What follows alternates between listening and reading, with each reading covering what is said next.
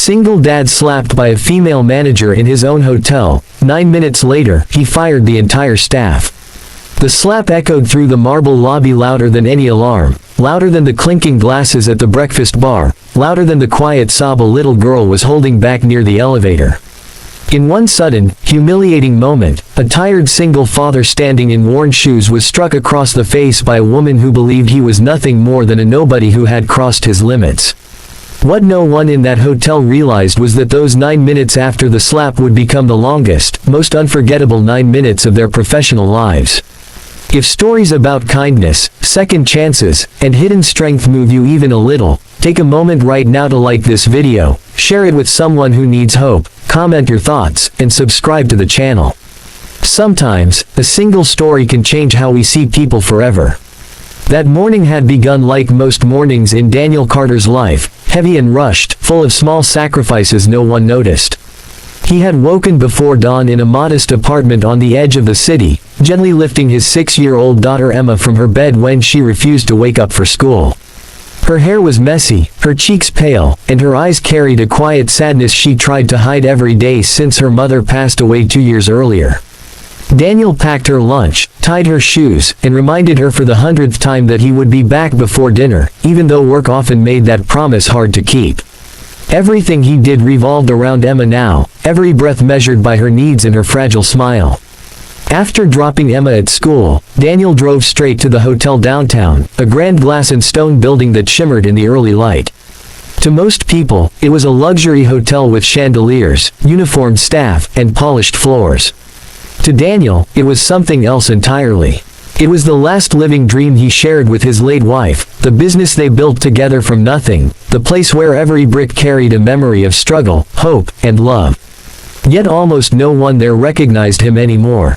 Since stepping back from daily operations after his wife's death, Daniel had chosen to observe quietly, letting managers run things while he focused on being a father first. That morning, Daniel walked into the lobby dressed simply, exhausted from another sleepless night by Emma's bedside after she had a fever.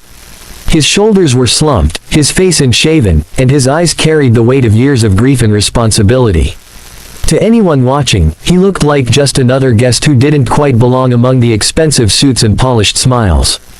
He approached the front desk to ask about a complaint he had received through an anonymous feedback channel, one that mentioned rude behavior and neglect toward families with children. The female manager on duty noticed him immediately, but not with concern or respect. Her gaze swept over him with judgment, irritation building before he even spoke. She had built her authority on sharp words and fear, and she had little patience for anyone she believed beneath her. When Daniel calmly tried to explain why he was there and asked to speak privately about staff behavior, she interpreted his tone as disrespect. Her voice rose, drawing attention, and her posture stiffened as if she were defending her territory. What happened next stunned everyone nearby. In a moment of unchecked arrogance and rage, she raised her hand and slapped Daniel across the face, accusing him of harassment and trying to intimidate her. The sound cut through the lobby like glass shattering. Guests froze mid-step. Staff members turned away, pretending not to see. Near the elevators, Emma, who had been brought along because Daniel couldn't leave her alone that morning, watched with wide, terrified eyes as her father staggered slightly but did not fall. Daniel did not shout. He did not raise his hand or his voice. He simply stood there, absorbing not just the pain of the slap but the deeper pain of humiliation in front of his child. He bent down, gently wiped Emma's tears with his thumb, and asked her to wait by the couch. His calm frightened the staff more than anger ever could. He looked around the lobby, noticing how quickly eyes dropped, how no one stepped forward, how silence became complicity. He checked his watch. 9 minutes. In those 9 minutes, Daniel walked slowly to a quiet corner of the lobby and made a series of phone calls. Each call was brief, controlled, and heavy with meaning. Years ago, he had promised himself he would never run his business through fear or ego, yet what he had just witnessed told him the hotel had become exactly that. His mind replayed the anonymous complaints, the recent drop in family bookings, the tension he had sensed but chosen to ignore. The slap was not the problem.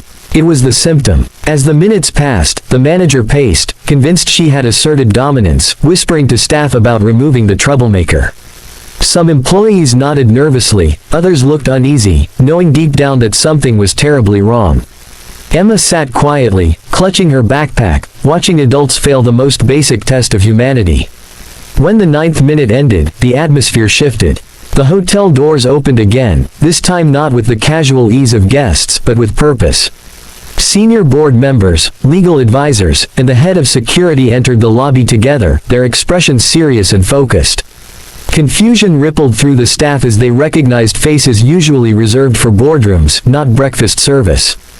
Daniel stepped forward, his voice calm but steady, finally introducing himself not with anger, but with truth. He revealed who he was, what the hotel meant to him, and why he had allowed things to operate as they were. The color drained from faces.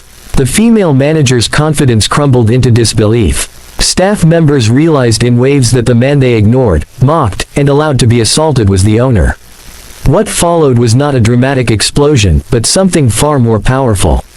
Daniel spoke about respect, about the responsibility of working in a place built on hospitality, and about how cruelty grows when good people stay silent.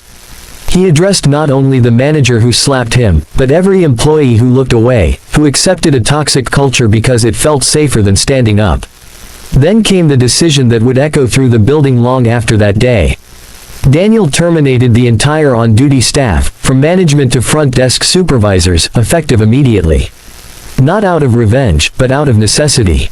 He made it clear that a business could recover from financial loss, but not from moral decay. The hotel would close for the day. A full internal review would follow.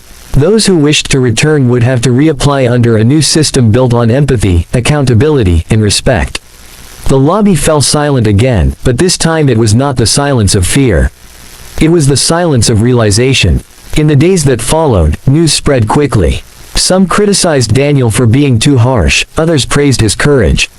What few people saw was the quiet moment later that night when Daniel sat on Emma's bed, apologizing for what she had witnessed, promising her that being kind did not mean being weak. Emma hugged him tightly, telling him she was proud. In that moment, every difficult choice felt worth it.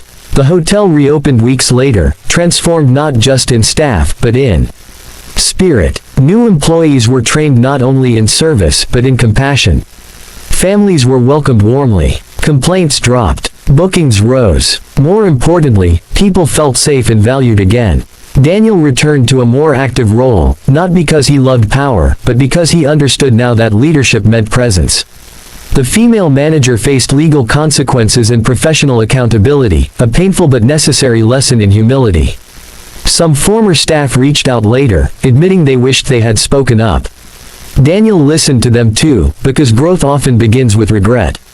Years later, Emma would tell this story not as the day her father was slapped, but as the day she learned what real strength looked like. A man who did not strike back. A man who protected his values. A man who chose to rebuild rather than destroy.